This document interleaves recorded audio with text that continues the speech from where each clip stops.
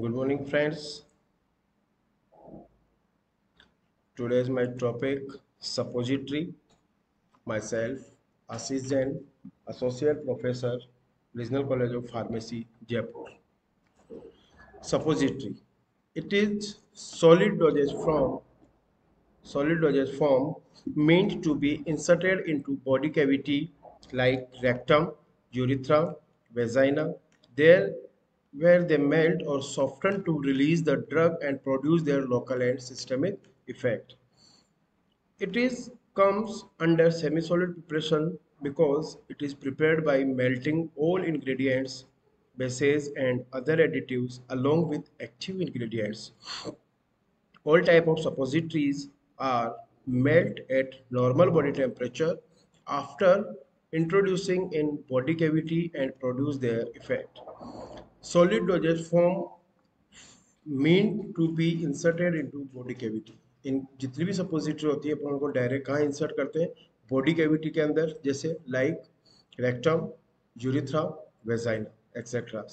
ये क्या करती है? वहीं मेल्ट होती है, सॉफ्ट होती है, रिलीज द ड्रग को रिलीज करती है और अपना लोकल और सिस्टमिक इफेक्ट को प्रोड्यूस करती है.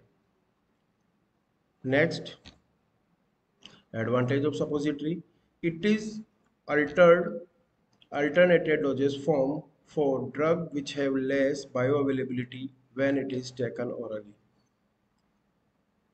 Drugs having bad odor and taste can be used in suppository form.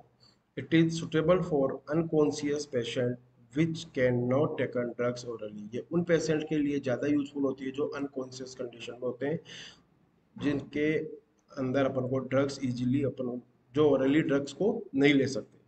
It is suitable for drugs which produce irritating effect in GIT, gastrointestinal tract.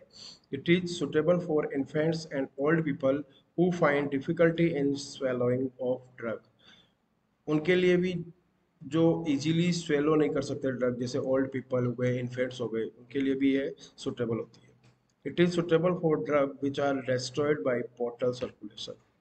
Disadvantage of suppository: the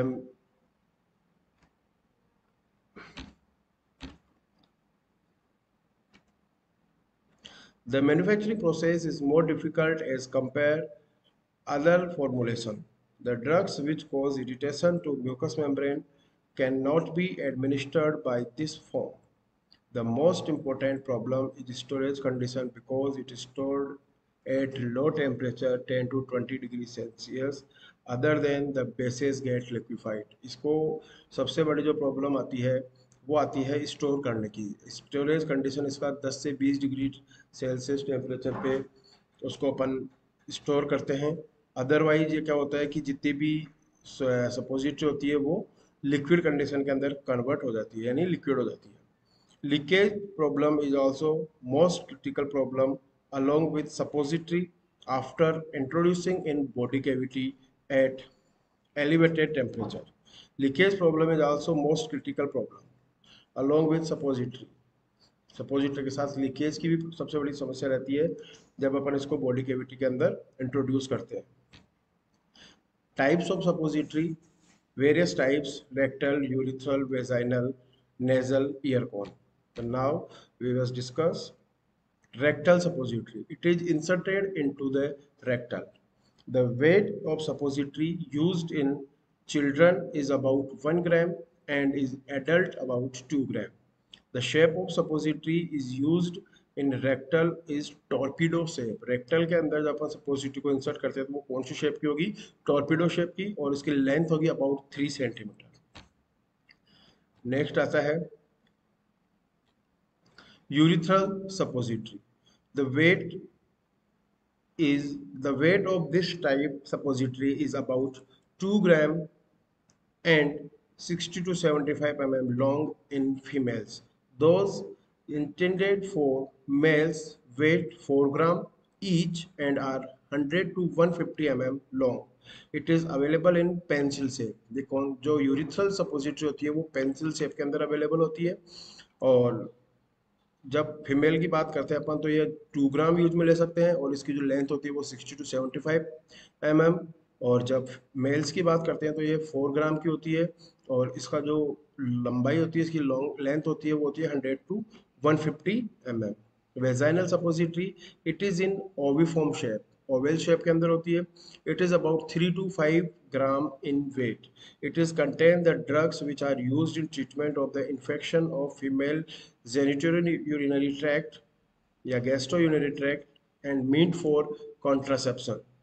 It is contains the combination of polyethylene glycol of different molecular weights as suppository bases. Next आता है nasal suppository.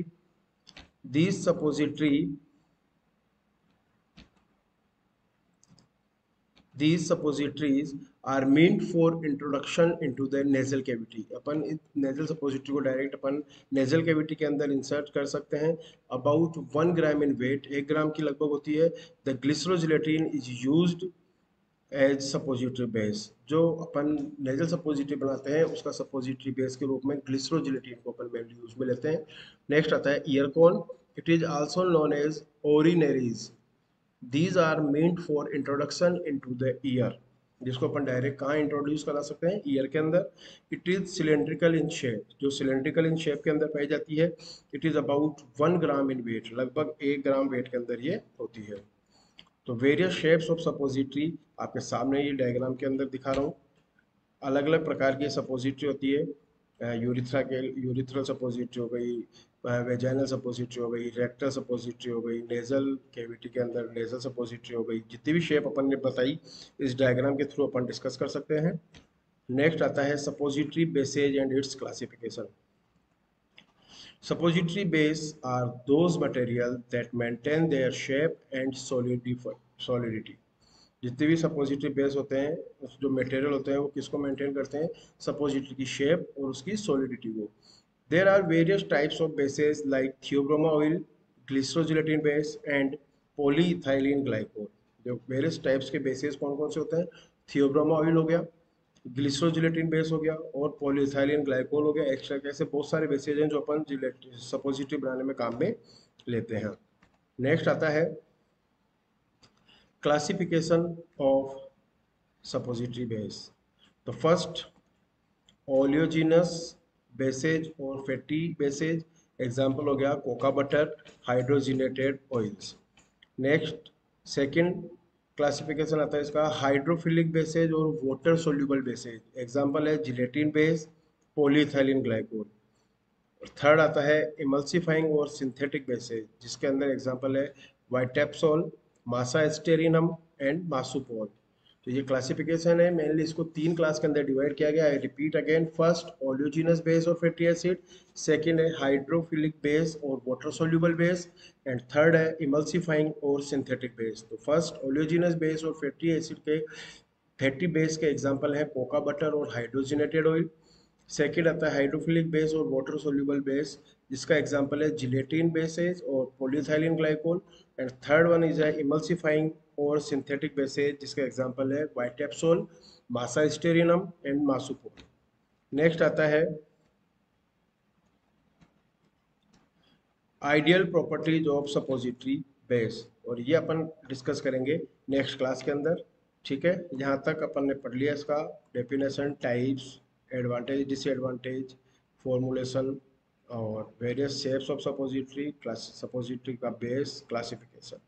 ठीक है guys, next अपन study करेंगे ideal properties of suppository base. Thank you.